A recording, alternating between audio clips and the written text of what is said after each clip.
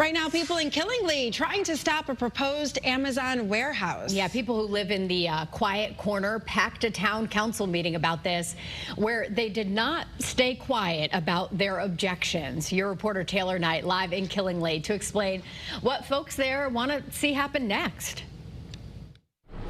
Well, last night's town council meeting was full of people raising concerns about things like truck traffic and water quality. Some also think that voters should have a direct say on this warehouse through a ballot question in November.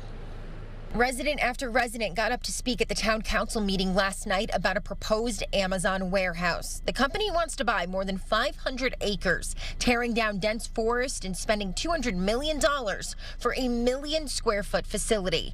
Concerns include truck traffic, water quality, and property values. Several residents spoke in favor of a moratorium, saying the town needs more time to review zoning rules before any more large-scale industrial projects can move forward.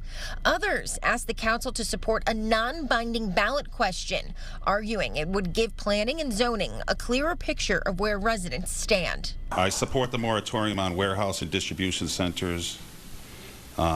Killingly's time to step back, review the impacts, and make sure our zoning protects the town before more large-scale projects move forward. A pause is not anti-business, it's responsible planning.